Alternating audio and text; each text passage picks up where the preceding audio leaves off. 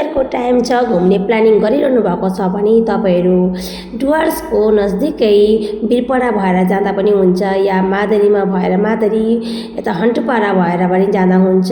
लङ्कापाडा चाहिँ हाम्रो डुवर्सको यति राम्रो घुम्ने जग्गा बनाएको छ। मान्छेले घुम्नुको लागि चाहिँ कहाँ कहाँ जाउँ भनेर सोचिरहेको हुन्छन्। एकखेप घुम्नु त निक्लिनै पर्ने हो होइन, भन्नुहोस् त। आफ्नो फ्यामिलीसँग टाइम पनि दिनुपर्ने हो। जति नै हामीले कति कामहरू गरिरहेको हुन्छौँ, कोही टाइम चाहिँ हामीले यस्तो टाइममै राख्नुपर्छ कि कुनै टाइम चाहिँ हामी फ्यामिलीसँग काहीँ घुम्नु जाउँ न त आफ्नो फ्यामिली लिएर। त्यही लागि डुवर्सको यो लङ्कापाडा भन्ने जग्गामा चाहिँ यति मजाले बनाएको रहेछ। मैले चाहिँ हाम्रो घरदेखि मेरो माइत गाउँदेखि चाहिँ बेसी टाढो पनि होइन यो लङ्कापाडा भन्ने जग्गा चाहिँ। हामी मादरी बिरपडा भएर पनि जाँदा हुन्छ। यो जग्गामा चाहिँ सबै थोकको सुविधा छ। हामी चाहिँ हिजो यसरी आउँदै थियौँ, तपाईँलाई मैले अगाडिको भिडियोमा बताएको थिएँ। यो भिडियो चाहिँ हिजोको थियो, तपाईँलाई मैले आज अपलोड गरेर भन्दैछु। यहाँ चाहिँ तपाईँले लुगाहरू लगाएर फोटोहरू खिच्छु भनेर पनि सक्नुहुन्छ। यसरी मैले लुगाहरू पनि लगाएँ। लुगाको प्राइस पनि बेसी छैन। अरू जग्गामा जस्तो तपाईँले लुगा लाएर फोटोहरू खिच्छु भन्दा कन्यामतिर पनि सुनेको छु अलिक महँगो छ अरे। यहाँ चाहिँ बेसी रहेनछ, अन्ली 50 रुपिस तपाईँले पेड गर्नुपर्छ। लुगाहरू लगाएर तपाईँले मजाले जस्तो किसिमको जो लुगा चाहनुहुन्छ त्यस्तै लुगाहरू लगाएर तपाईँले होइन, जेन्ट्सलाई लेडिजलाई लुगा भाडामा लिएर पनि तपाईँले फोटोहरू खिच्न सक्नुहुन्छ। त्यसको सिवा तपाईँले घोडा पनि लगाइदिएको छ। अगाडि चाहिँ घोडा थिएन, योभन्दा अगाडिदेखि बेसी भएको छैन। यो ओपनिङ भएको 3 साल जस्तै भयो होला मलाई थाहा हुँदा चाहिँ। 3 सालदेखि बेसी भएको छैन, 3-4 साल भयो होला। तर राम्रो ल्याएको रहेछ यहाँ चाहिँ। अब अगाडि थिएन, अहिले त नानीहरूको लागि नि 2-3वटा खेल्नेको स्किमहरू पनि रहेछ होइन। साथै अब हाम्रो त सानो नानी लिएर गएर चाहिँ अलिकति नानीहरूले अब प्रब्लमै गर्छ, किनकि नानीहरूले ठन्डाले त ठन्डाको सिजन छ, त्यो पनि खान्छु भन्छ, त्यो पनि खान्छु भन्छ।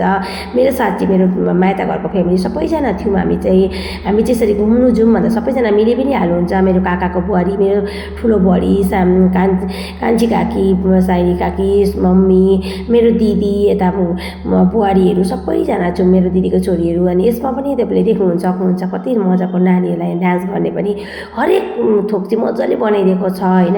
मान्छेहरू चाहिँ यहाँ आएर चाहिँ इन्जोय नै गर्नु सक्नुहुन्छ तपाईँलाई। त्यही लागि म चाहिँ भिडियो तपाईँलाई देखाउनु खोज्दैछु। सबै अघि पनि तपाईँलाई सानो भिडियोमा अगाडि देखाएको थिएँ, तर अहिले तपाईँलाई मैले लामो भिडियोको द्वारा देखाएको छु। तपाईँहरू जनवरीमा कहाँ घुम्ने जाने सोच्नु हुँदैछ भने तपाईँहरूको छेउमै डुवर्सको नजिकै बेसी टाढो पनि जानु पर्दैन। यो लङ्कापाडा तपाईँहरू जानु सक्नुहुन्छ। यहाँ चाहिँ हरेक कुरा नानीहरूलाई लिएर जानु हुँदैछ भने पनि नानीहरू पनि इन्जोय गर्नु सक्छन्, नानीहरूको लागि पनि छ।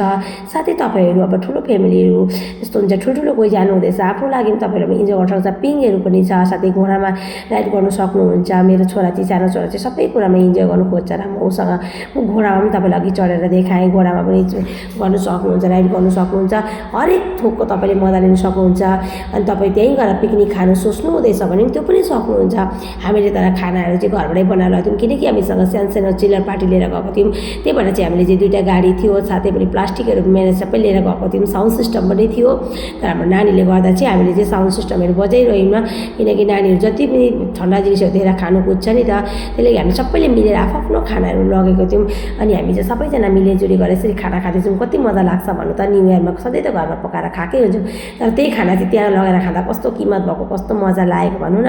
त्यही खाना पनि घरमा चाहिँ फाका हुन्थ्यो भने त्यहाँ चाउमिन भात लगेको थियौँ, कसैले चाउमिन, कसैले पुरी बनाएर लगेको थियौँ। मेरो छोरालाई चाहिँ मैले मजाक गर्दै भन्दै थिएँ, आन्टी म भिडियोमा आइन होला भन्दैछु। लु सबै नै आइसै भिडियोमा भन्दैछु। म चाहिँ कन्टेन्ट क्रिएटर भएर सबैलाई गर्दै आफ्नो चाहिँ देखाउनु थालेँ। हुन्छ, हामी चाहिँ अब त्यहाँबाट छिटै पनि निस्क्यौँ, किनकि नानीहरू उयो गर्नु ठन्डा लाग्छ भनेर त्यो पनि त हेर्नु पर्यो नि। हुन्छ, आजको भिडियो तपाईँलाई कस्तो लाग्यो, मन परेको लाइक र कमेन्ट र सेयर गर्नु नभुलिनु होला। By by.